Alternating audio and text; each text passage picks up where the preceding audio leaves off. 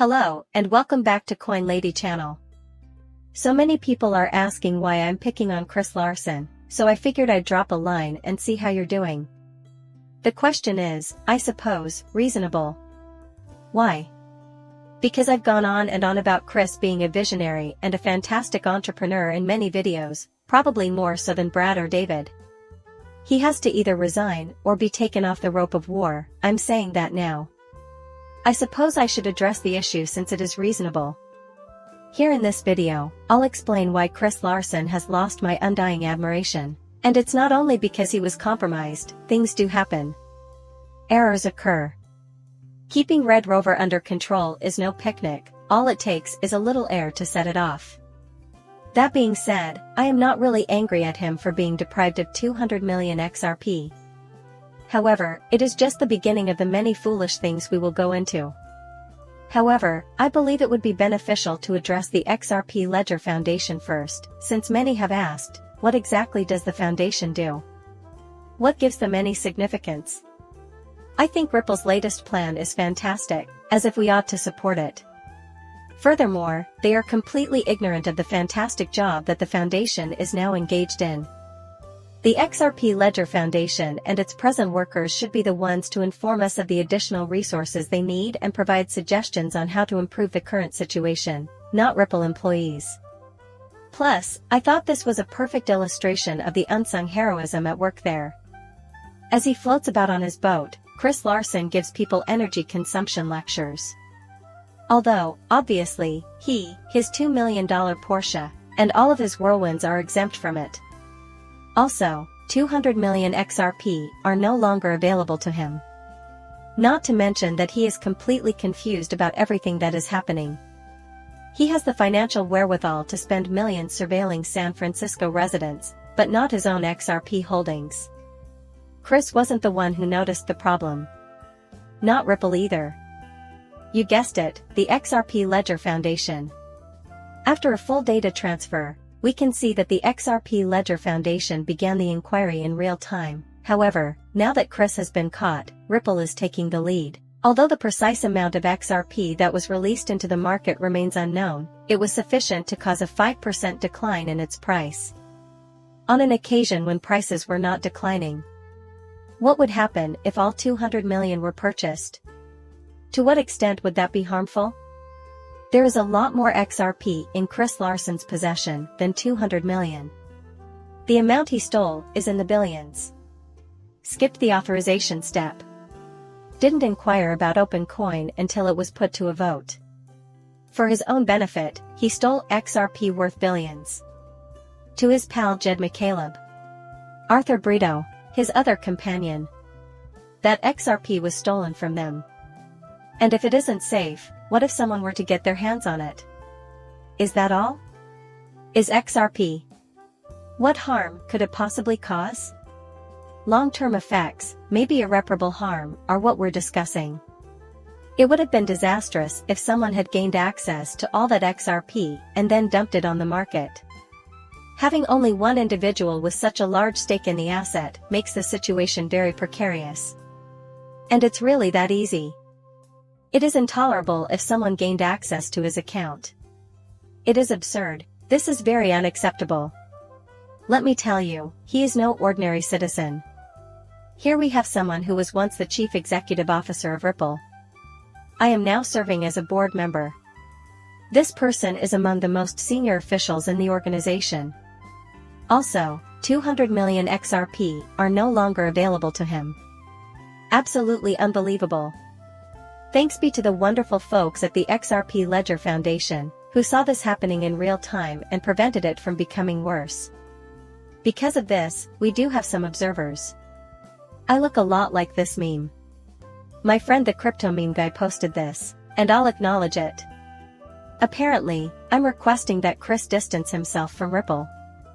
Naturally, Brad was the one to tell me no. What gives me this feeling?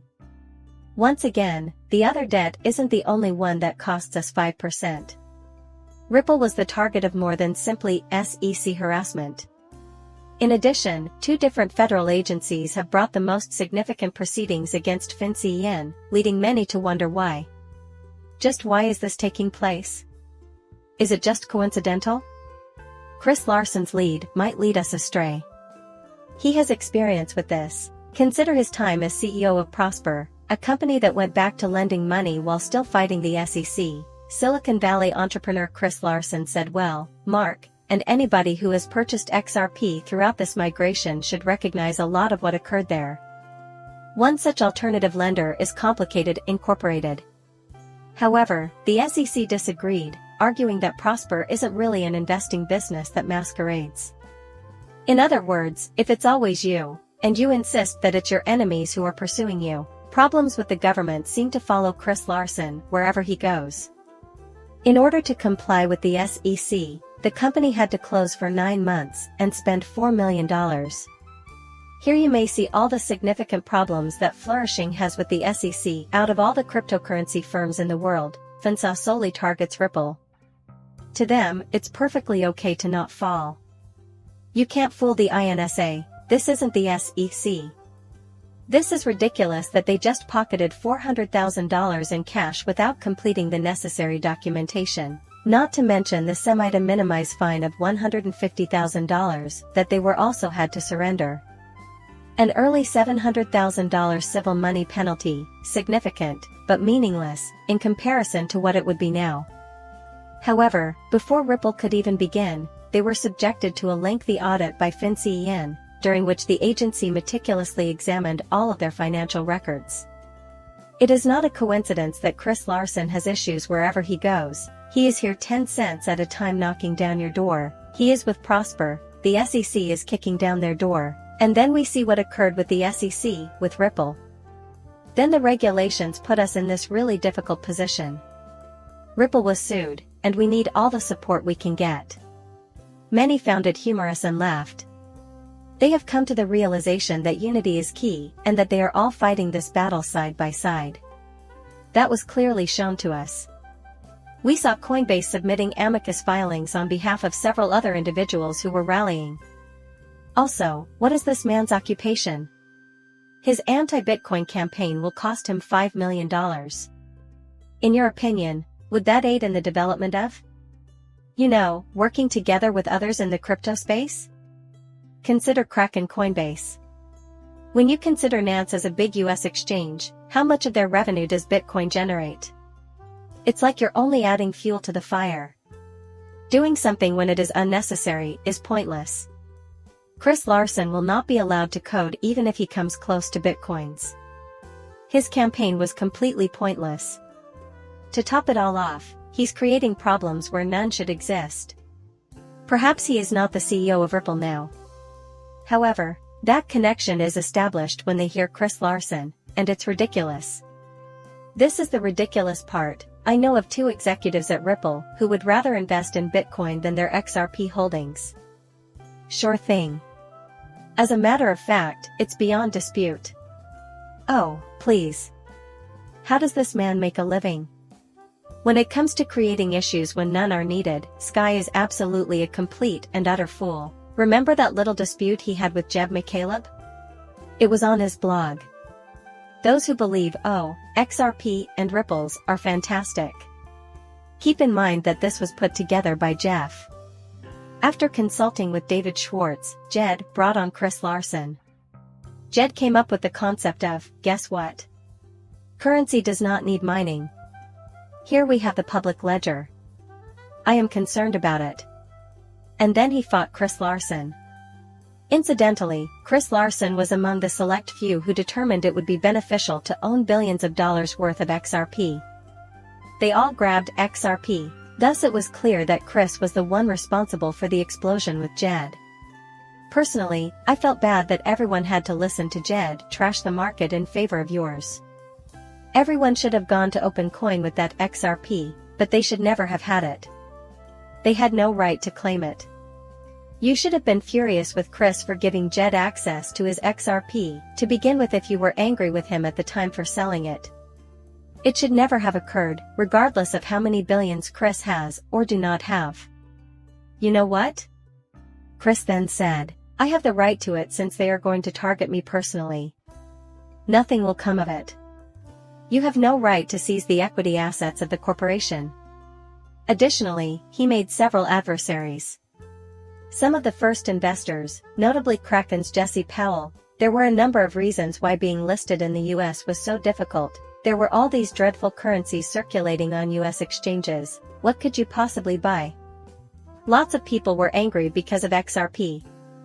They're identical. I don't necessarily mean he pilfered it. He caused a lot of trouble by stealing billions of XRP and the company's typefaces. Take a look at the things that he is interested in. You won't be lectured about energy consumption. However, he is free to own a boat if he so desires. I'm sorry, but he's spending millions of dollars on these unsettling surveillance systems in places like San Francisco and New York City to keep tabs on people and things like that. So long as he doesn't collapse, he'll let you define policy. At some point, a government regulator will find fault with anything he's engaged in, for issues with FinCEN to arise. Additionally, the SEC seems to be unconcerned with the abundance of dubious crypto activity taking place at the moment. However, this man is irresistible.